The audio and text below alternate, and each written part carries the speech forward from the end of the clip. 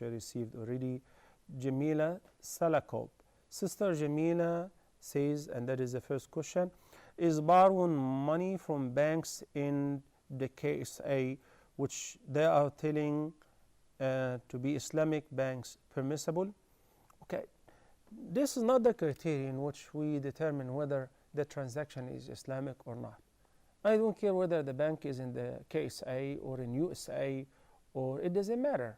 I don't care if you're dealing with a Muslim or with a Jew or with an atheist. We're talking about the business transaction. You know, so simply because you're dealing with a Muslim or with a bank in KSA or with a bank that says that this is an Islamic bank of whatever, then the transaction is Islamic? That is not true. I simply have to find out what kind of transaction we're doing. You're saying borrowing money. So if I'm borrowing money and I'm not required to pay any interest, oh yeah, that is Islamic, even if you're borrowing from Jews. And Nabi Sallallahu Alaihi Wasallam did borrow and mortgaged his armor with a Jew. Okay, but Islamic transaction.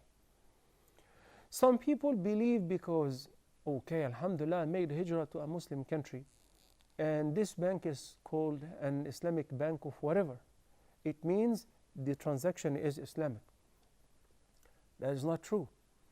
When I was a student at Al-Azhar University, they opened a branch for a local bank, for a national bank, in our university, in the campus.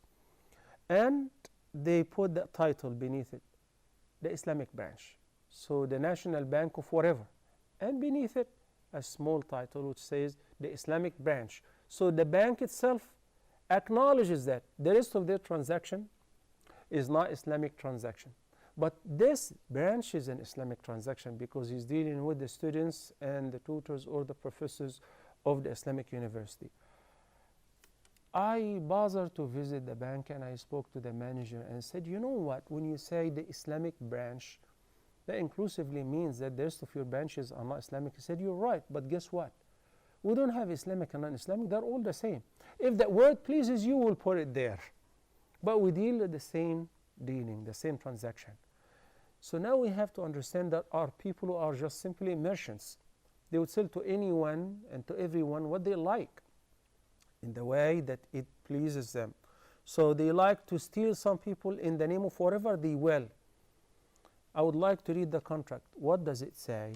Then I would ask somebody who has some Islamic knowledge, Islamic background, and say, is this halal or haram? And people who are in charge of alerting people, like there are many websites, Islam Q&A, and many local scholars, when they know about that, they should declare that this transaction is not an Islamic transaction. Forget about this bank, even if it says. Huda TV's social media sites are the best way to contact us from anywhere around the world. Stay connected with Huda TV's latest news and programs through Facebook, Twitter, Google+, YouTube, Skype, and Instagram. It's fast and easy. Stay up to date with your favorite shows and scholars today. Huda TV, a light in every home.